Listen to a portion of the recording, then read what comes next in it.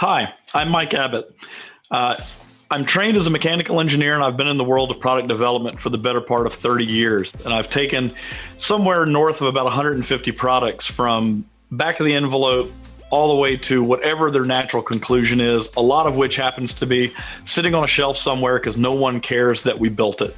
So for the last about 7 or 8 years, I've been helping companies all the way from startups to Fortune 500 implement innovation processes and learn how to train their people to better understand the people they're serving in their market.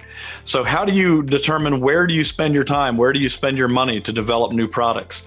That's what we've been focusing on. And for the last 3 years, I've been serving as a primary instructor for RAMP, taking what I've been learning with startups through government agencies and across the country and internationally, as well as the Fortune 500, and bringing it here to Southwest Virginia. So if there's one thing that we've learned over and over and over again, is that it's incumbent upon you as an entrepreneur to be your best devil's advocate. You need to be the one proving yourself wrong, because if you can do it before your investors do, before your customers do, you can pivot and create a much better business model faster and more efficiently and save yourself a lot of headache. We had one company come to us at one point where it was a surgeon who had accidentally left a sponge inside of a patient, and it completely decimated him emotionally, professionally for months. He couldn't get over it. And he said, how do we prevent this from happening again? So he developed a smart sponge to prevent this from happening to him and all of his colleagues.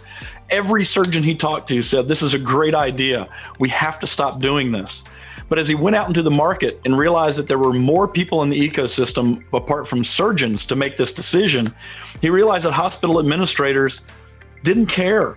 They weren't willing to buy it. They didn't see the additional cost of the sponge to be worth it, and said, we know the mistakes happen and we know they're hard, but financially, to keep our doors open, it doesn't make sense. So we're not going to do it.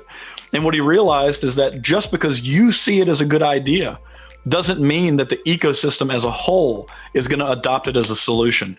So make sure that you spend the time to prove yourself wrong first. It's the best way to learn. It's the best way to grow.